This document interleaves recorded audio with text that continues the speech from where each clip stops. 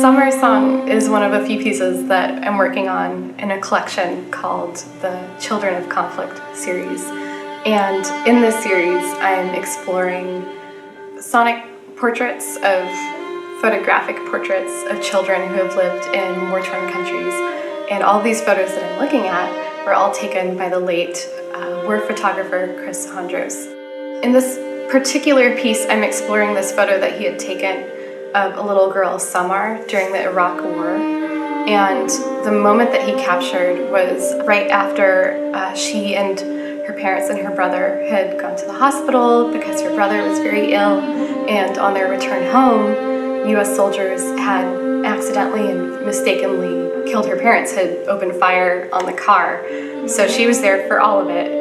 And in this photograph, you see her. She's so small and she's surrounded by darkness and she's looking upwards to the camera and just screaming and covered head to toe in her parents' blood. And in the back, kind of in the shadow of this picture, you see a US soldier and just his giant foot and his giant boot, and it's firm in the ground and he has his gun there.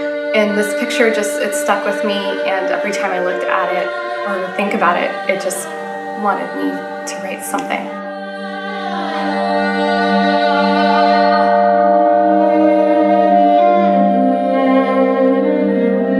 As opposed to trying to replicate the voice in a lyrical or kind of singing way, what I think both the marimba and the vibraphone are trying to do is really kind of live within the track, live within the voice, like kind of really replicate that vocal sound. The voice is a very kind of complex but not very steady thing. It's hard to make just the same tone over and over again, so doing little things, fluctuating tremolo speed or fluctuating pressure on the sticks or where you're beating on the bar to make it, really dynamic. And then at the end, the bass drum comes in and gets to be very loud. By that point, it's a nice.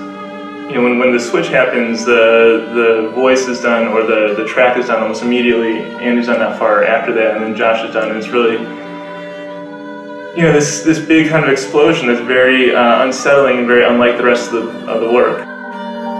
There's the technical challenges, but then the emotional and musical goal or purpose is just so intense, and it's something where I have to find a balance of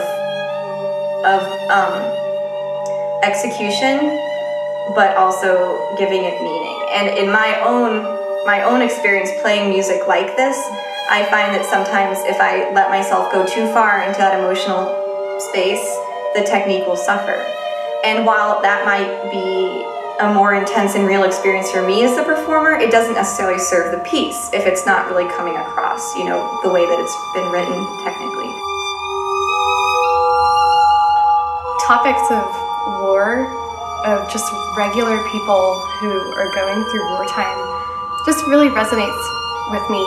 I myself did not go through wartime, but my parents and my brother did. And I think we often forget how much going into another country and starting a war or just being involved in this type of conflict, how much it not only, it affects the bad guys, but it's not just the bad guys. There's so many civilians that it changes their lives so much.